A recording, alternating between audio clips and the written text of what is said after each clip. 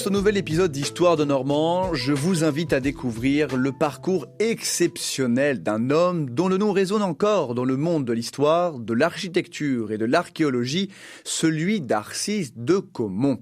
Un Bayeuxin dont la passion pour le patrimoine et l'attachement à la Normandie ont façonné notre manière de comprendre le Moyen-Âge et la conservation des monuments.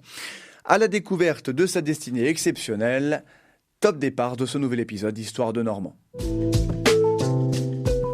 RCF, Histoire de Normand, Gauthier Lenôtre. Arcis de Caumont est né à Bayeux en 1801.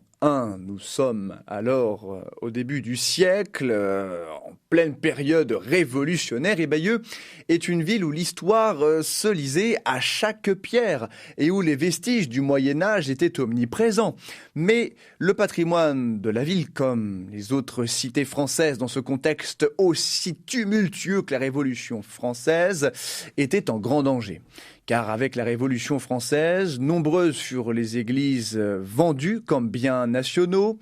Certaines d'entre elles tombèrent en ruine et d'autres disparaissaient dans un silence assourdissant sous les coups de pioche des démolisseurs. Et c'est dans ce contexte que Arcis de Caumont s'est forgé une opinion quant à son appréhension du monde. C'est dans ce contexte impérial également qu'il a grandi. Et par conséquent, sa curiosité s'est développée.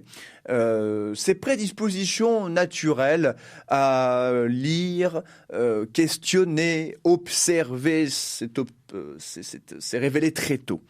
Et donc, notre Normand, dans sa vingtaine, au début de sa vingtaine, a obtenu le baccalauréat le 30 décembre 1822, puis obtint sa licence en droit en 1824 avec une thèse intitulée « Du rang que les hypothèques ont entre elles, du mode de leurs inscriptions et de leur radiation ». Alors, derrière ce sujet technique se cache déjà la minutie et l'esprit analytique qui caractérise notre Normand et qui le caractériseront tout au long de sa vie.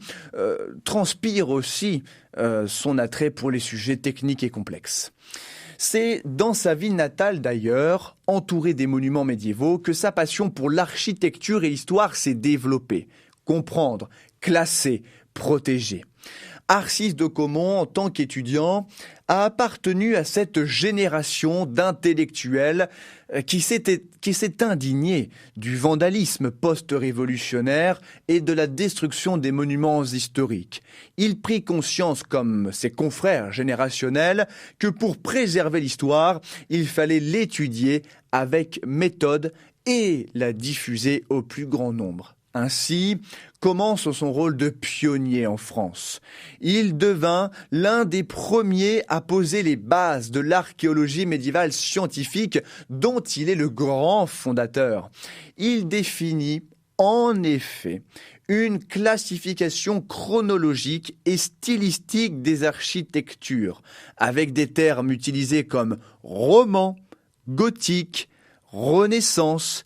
Et grâce à lui, les historiens d'aujourd'hui peuvent dater et identifier les édifices avec précision. D'ailleurs, retenez, chers auditeurs, que le terme roman, qui désigne ce style architectural, avait été inventé par Charles de Gerville, un autre érudit normand dont Arcis de Caumont a été le digne héritier, et c'est lui, notre Normand, notre personnage de ce podcast, qui a démocratisé ce mot. Vous voyez que c'est quand même incroyable que ce que nous apprenons en 5e, du moins de mon temps, j'ai que 27 ans, mais le programme a tellement changé, je n'irai pas plus loin, nous apprenions l'architecture en histoire de l'art, c'est la patte, c'est l'héritage d'Arcis de Caumont, c'est vraiment incroyable. Enfin, je trouve que c'est exceptionnel de voir à quel point, à travers les siècles, la mémoire de nos Normands reste. Donc, Arcis de Caumont pose les bases de l'archéologie médiévale avec une analyse chronologique, c'est-à-dire le roman correspond à des méthodes utilisées à tel siècle, et c'est ainsi que nous pouvons observer les monuments, les églises, les abbayes, les cathédrales, les abbatiales, en pouvant observer l'empreinte de l'homme, tout simplement. Mais outre cet apport majeur, Arcisse de Caumont ne s'est pas contenté de classer les édifices, le patrimoine. Il s'est mis à écrire pour partager sa science et éveiller la curiosité. Ainsi, parmi ses œuvres majeures, je peux vous citer un ouvrage publié en 1824. Il venait seulement de soutenir sa thèse. Essai sur l'architecture religieuse du Moyen-Âge. Enfin, entre un autre ouvrage, Cours d'antiquité monumentale, histoire de l'art dans l'ouest de la France, depuis les temps les plus reculés jusqu'au XVIIe siècle. En fait, c'est une compilation de ses enseignements, puisqu'il a énormément enseigné entre 1830 et 1841. Enfin, je terminerai par un ouvrage publié en 1850, Abécédaire ou Rudiments de l'archéologie.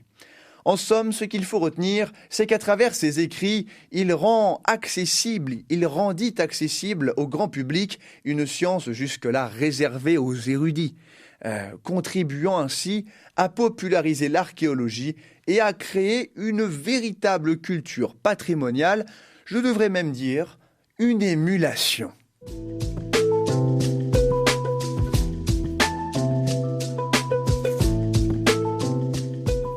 Une émulation, vous dis-je, ce n'est pas exagéré. Mais je vais vous expliquer pourquoi, vous vous en doutez bien. Car à seulement 24 ans, Arcisse de Caumont, en parallèle de ses travaux que je vous ai cités, a fondé la Société des antiquaires de Normandie. Société des antiquaires qui a été fondée dans l'objectif de rassembler les passionnés d'histoire, les défenseurs du patrimoine, afin de classer, recenser les monuments de la région et de pouvoir le diffuser au plus grand nombre. C'est aussi une société qui existe encore aujourd'hui, à Caen, dont le siège social est à Caen, et qui se rassemble tous les mois et qui dispense des conférences, organise des visites pour découvrir l'histoire de notre région, aussi bien d'un point de vue patrimonial que d'un point de vue destiné exceptionnel, comme je peux vous le faire ici sur RCF avec un très grand plaisir. Cette Société des antiquaires de Normandie, elle a précédé de 10 ans la fondation de la Société française d'archéologie. Alors là, c'est l'accomplissement majeur d'un point de vue associatif d'Arcisse de Caumont.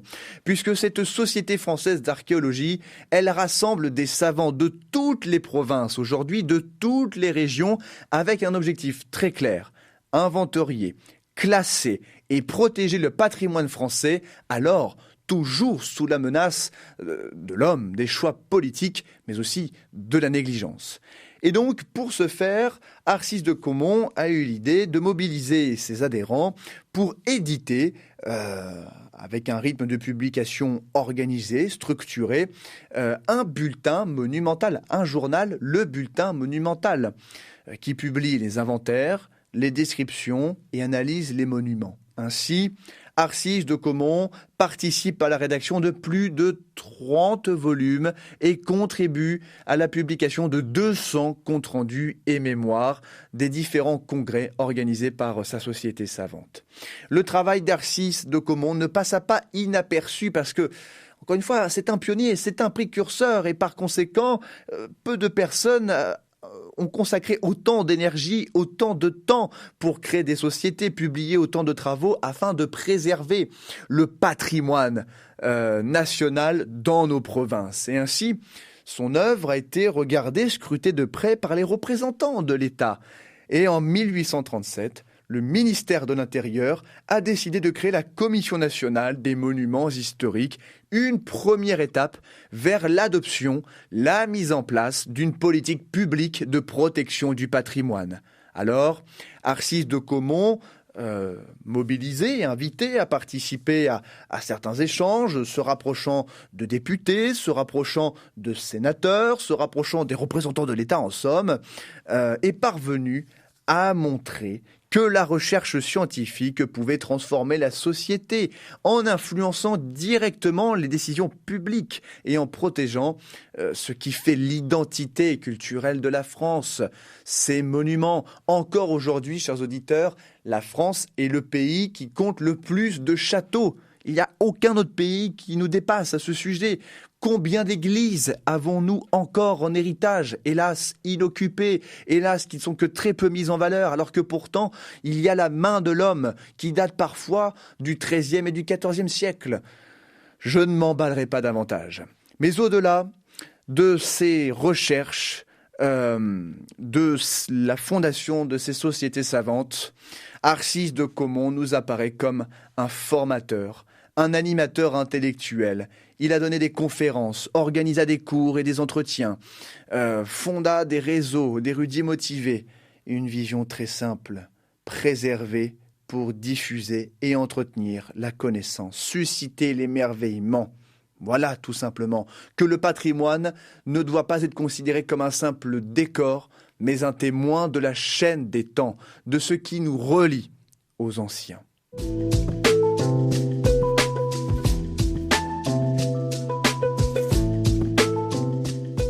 Lorsqu'Arcis de Caumont s'est éteint en 1873, la Société française d'archéologie comptait plus de 1180 membres, français comme étrangers. Aujourd'hui, elle dépasse encore les 2000 membres, poursuivant sa mission, protéger, inventorier et faire connaître le patrimoine historique.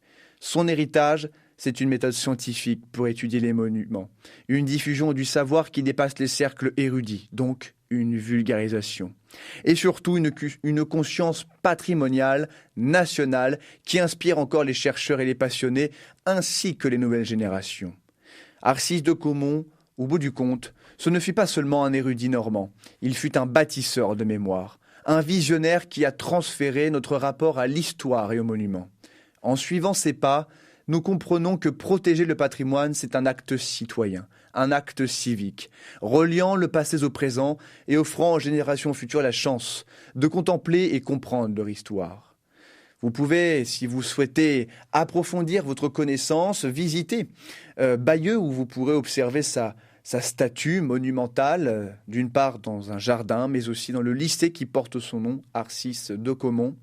Et je vous invite vraiment à vous rendre à Caen, dans le cimetière endormi, où vous pourrez constater, observer, contempler, là aussi, sa tombe monumentale devant laquelle des personnes, je l'ai observé de mes propres yeux, viennent encore se recueillir en déposant des cierges, ce qui démontre qu'en Normandie, sa mémoire est bel et bien vivante et qu'il nous revient à nous de suivre ses pas. Désormais, chers auditeurs, vous saurez.